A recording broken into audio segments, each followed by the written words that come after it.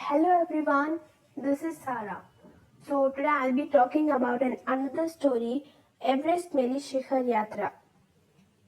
बजेंद्री पाल अपनी एवरेस्ट की चढ़ाई के सफर की बात करते हुए कहती है कि एवरेस्ट पर चढ़ाई करने वाले दल 7 मार्च को दिल्ली से हवाई जहाज से काठमांडू के लिए चल पड़ा था।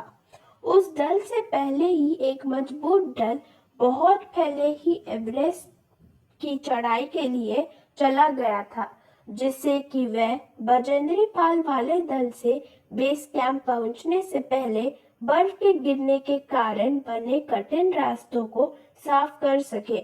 बजेंद्री पाल कहती है कि नमचे बाजार शेरपा लैंड का एक सर्वाधिक महत्वपूर्ण नम्रीय क्षेत्र है। यहीं से बजेंद्री पाल ने सर्वप्रथम एवरेस्ट को देखा था। बजेंद्री पाल कहती है कि लोगों के द्वारा बजेंद्री पाल को बताया गया कि शिखर पर जाने वाले प्रत्येक व्यक्ति को दक्षिण पूर्व पहाड़ी पर तूफानों को झेलना पड़ा था, विशेषकर जब मौसम खराब होता है। जब उनका दल 26 मार्च को पेरिस पहुंचा तो उन्होंने हमें बर्फ के खिसकने के कारण हुई एक शेरपा कुली की मृत्यु का दुख भरा समाचार मिला।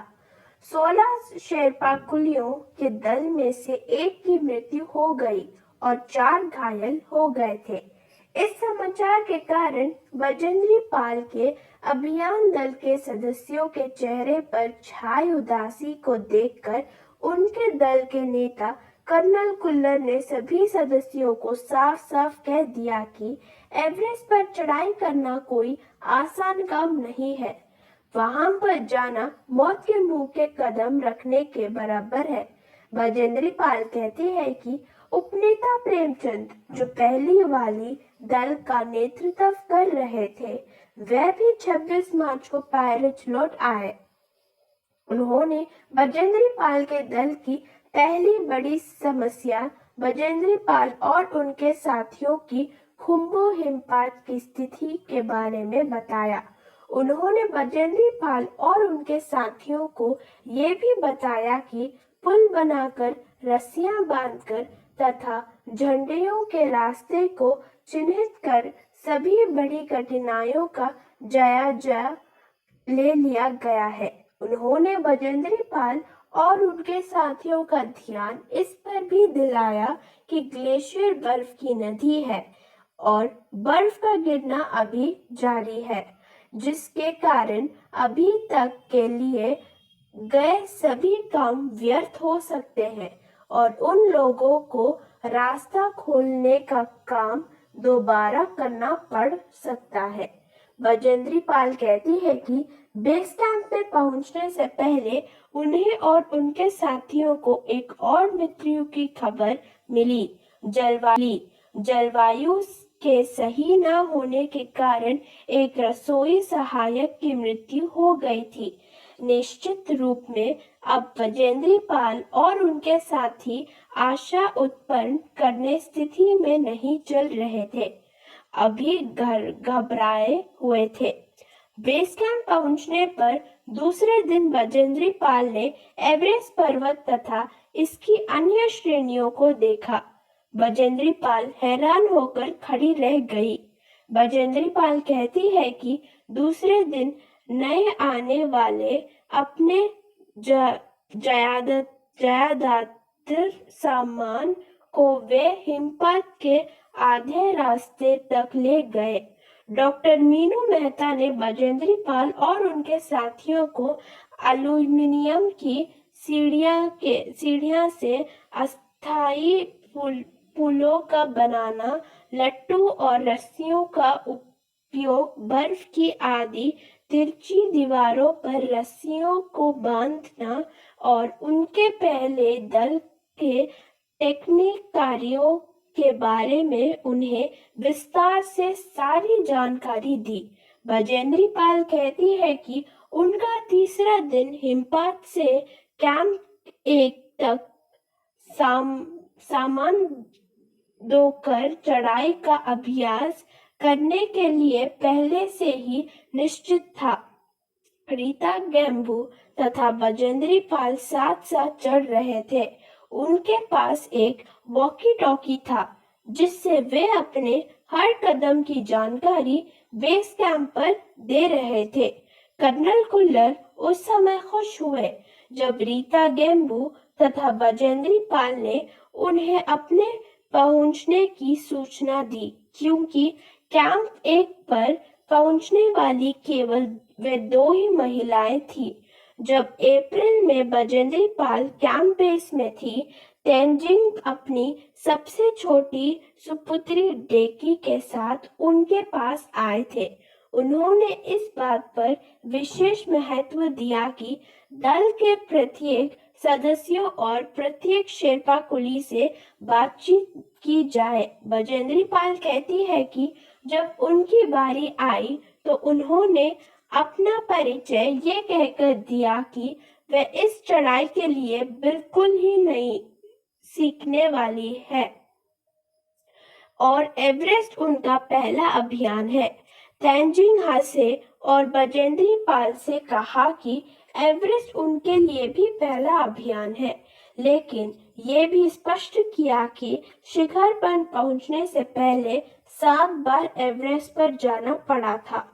फिर अपना हाथ बजेंद्री पाल के कंधे पर रखते हुए उन्होंने कहा कि बजेंद्री पाल एक पक्की पर्वतीय लड़की लगती है। उसे तो शिखर पर पहले ही प्रयास में पहुंच जाना चाहिए।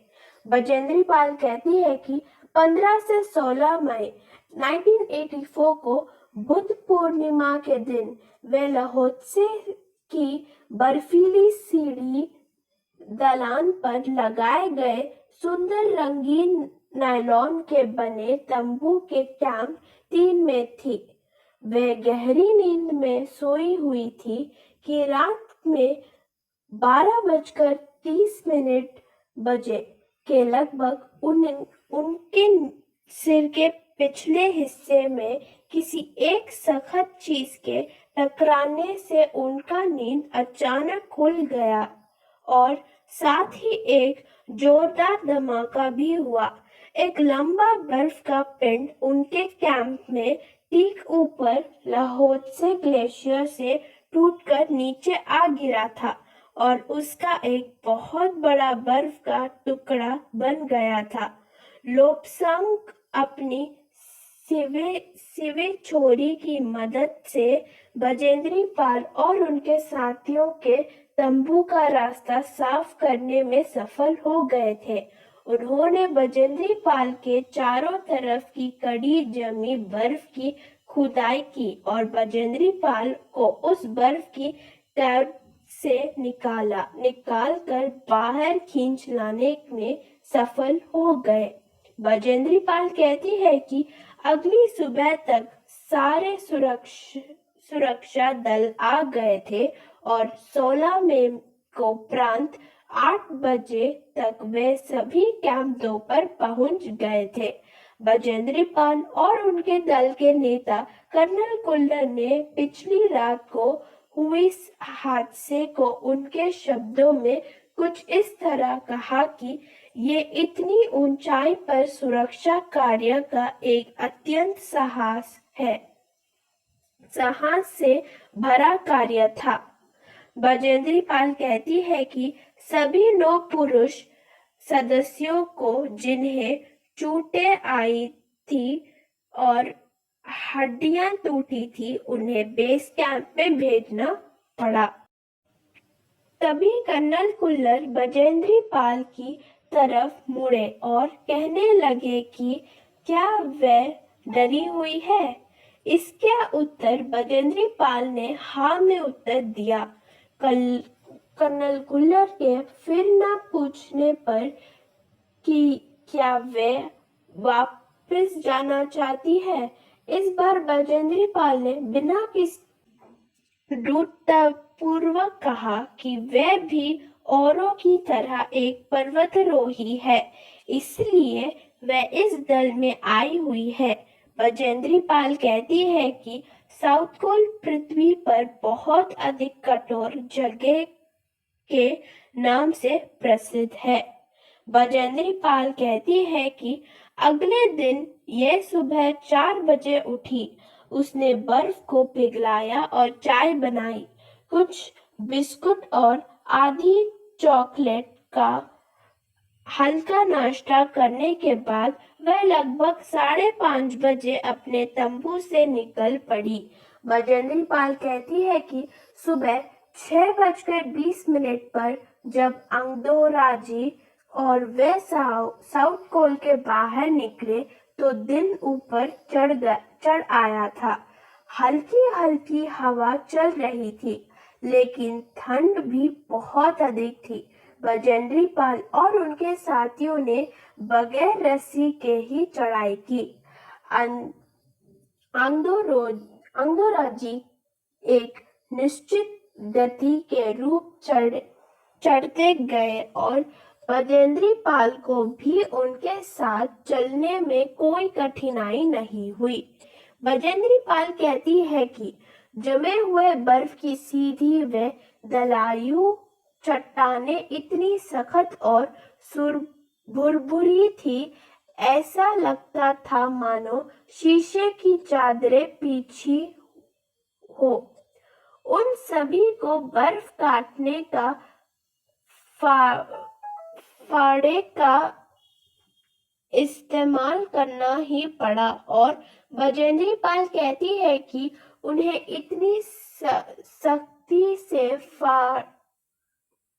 फावड़ा चलाना पड़ा जिससे कि उस जमे हुए बर्फ की धरती को फाड़े के दांत काट सके। बजेंद्री पाल कहती है कि उन्होंने उन खतरनाक स्थलों पर इस कदम अच्छी तरह सोच समझकर उठाई, क्योंकि वह एक छोटी सी भी गलती मौत का कारण बन सकती थी। बजेंद्री पाल कहती है कि 2 घंटे से भी कम समय में ही वे सभी शिखर कैंप पर पहुंच गए। अंगदोराजी ने पीछे मुड़कर देखा और उन्होंने कहा कि पहले वाले दल के शिखर कैंप पर पहुंचने में 4 घंटे लग गए थे और यदि अब उनका दल इसी गति से चलता रहा तो वह शिखर पर दोपहर 1 बजे तक पहुंच जाएंगे। लाहौर ने ध्यान दिया कि बजेंद्री पाल इन ऊंचाइयों के लिए सामान्यतः आवश्यक 4 लीटर ऑक्सीजन की उपेक्षा लगभग 2.5 लीटर ऑक्सीजन प्रति मिनट कारण को चारों तरफ उड़ा रहे थे, जिससे दृश्यता शून्य तक आ गई थी। कुछ भी देख पाना संभव नहीं हो पा रहा था। उनका बार देखा कि केवल थोड़ी दूर के बाद कोई ऊंचाई चढ़ाई नहीं है। ढलान एकदम सीधी नीचे चला गया है। यह देखकर बजेंद्री पाल कहती है कि उनकी तो सांस मानो रुक गई थी। उन्हें विचार आया कि सफलता बहुत नजदीक है। 23 मई 1984 के दिन दोपहर के 1:07 पर वे एवरेस्ट की चोटी पर खड़ी थी। एवरेस्ट की चोटी पर पहुंचने वाली बजेंद्री महिला प्रथम भारतीय महिला थी। बजेंद्री पाल कहती है कि एवरेस्ट की चोटी की नोक पर इतनी जगह नहीं थी कि वे 2 व्यक्ति साथ साथ खड़े हो सके। चारों तरफ हजारों मीटर लंबी सीधी ढलान को देखते हुए उन सभी के सामने प्रश्न अब सुरक्षा का था। उन्होंने पहले बर्फ के फाड़े से बर्फ की खुदाई कर अपने आप को सुरक्षित रूप में खड़ा रहने लायक जगह बनाई। खुशी के इस पल में बजेंद्री पाल को अपने माता पिता का ध्यान आया। बजेंद्री पाल कहती है कि जैसे वह उठी उन्होंने अपने हाथ जोड़े और वे अपने रज्जू नेता अंगदोराजी के प्रति आदर भाव की झोंकी। अंगदोराजी जिन्होंने बजेंद्री पाल को प्रोत्साहित किया और लक्ष्य तक पहुंचाया। बजेंद्री पाल ने उन्हें बिना ऑक्सीजन के एवरेस्ट की दूसरी चढ़ाई चढ़ने पर बढ़ाई भी दी। उन्होंने बजेंद्री पाल को गले से लगाया और उनके कानों में फुसफुसाया कि दीदी तुमने अच्छी चढ़ाई की।